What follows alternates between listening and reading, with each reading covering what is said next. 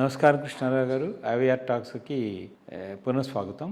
పశ్చిమాసియాలో శాంతి నెలకొల్పిందా అంటే ఇంకా రోజు రోజుకు ఒక్కొక్క చిన్న చిన్న ఘటనలు వస్తున్నాయి. ఇంకా క్లారిటీ ఎవరికి రాలేదు ప్రపంచంలో. మన G17 సమావేశంలో మోడీ తర్వాత అమెరికన్ ప్రెసిడెంట్ ట్రంప్ ఇద్దరు పరస్పరం కలవడం జరిగింది, సంభాషణ కూడా చేసుకోవడం జరిగింది. అయితే ఆ టైంలో ట్రంప్ ఒక చాలా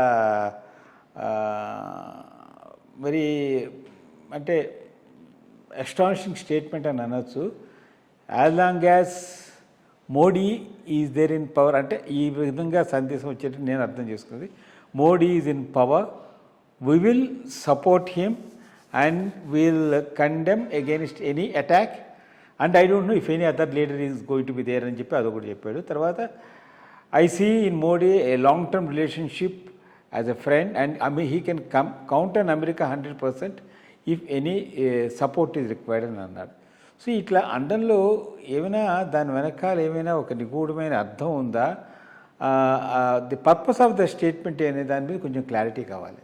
అంటే ప్రపంచంలో ఈరోజు ట్రంప్ను మించిన ఫ్రాడ్ ఇంకోటి లేడు. ఫస్ట్ థింగ్ అది బిగ్గెస్ట్ ఫ్రాడ్. మేబీ ఇంపీచ్ చేసి వీడిని బయటికి పంపించడం అమెరికన్లో కూడా మంచిది. బికాస్ హీఈస్ బికమింగ్ ప్రపంచంలో పెద్ద ఎంబరాస్మెంట్ అవుతున్నాడు అమెరికాకు. ఈ మధ్య మెలోనీతో Italian prime minister she begged me for a photograph అని. ridiculous, but she gave him left, right and center. First of all ఏ దేశం యొక్క విదేశ విధానమైనా కానీ వ్యక్తుల మీద ఆధారపడి ఉండదు. మోడీ ఉన్నంతకాలం నేను సపోర్ట్ చేస్తాను, వీడెవడు సపోర్ట్ చేయడానికి. అమెరికా ఇండియా రిలేషన్షిప్ స్ట్రాటజిక్గా ఉండాలి, పర్పస్ఫుల్గా ఉండాలి, ఏదో బేసిస్ మీద ఉండాలి. కానీ ఇండివిజువల్ బేస్డ్గా ఉండేటటువంటిది ఏది కరెక్ట్ అయింది కాదు.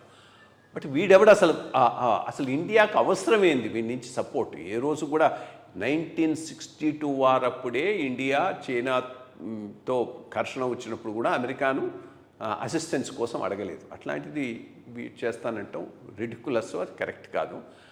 But one thing is certain, దీన్ని బట్టి ఒకటి మాత్రం తెలుస్తుంది ఏంటంటే అమెరికాతో చాలా చాలా కేర్ఫుల్గా మనం బిహేవ్ చేయాల్సిన అవసరం ఉన్నది. ఏ రోజు ఎవరిని నెత్తిన పట్టుకుంటుందో, ఎవరిని కిందికి తోస్తుందో తెలియదు. ఇప్పుడు పాకిస్తాన్ నెత్తిన పెట్టుకొని ఊరవుతుంది, రేపు వాళ్ళని కూడా కింద పడేయచ్చు.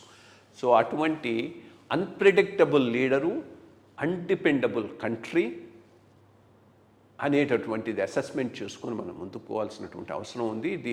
ఈ అవసరాన్ని ప్రతి తడవ ట్రంప్ మనకు తెలియజేస్తున్నాడు వాడి ఈ అవాకులు చవాకులు పేలటం ద్వారా. అది ప్రధానమైనటువంటి అంశం. నమస్కారం.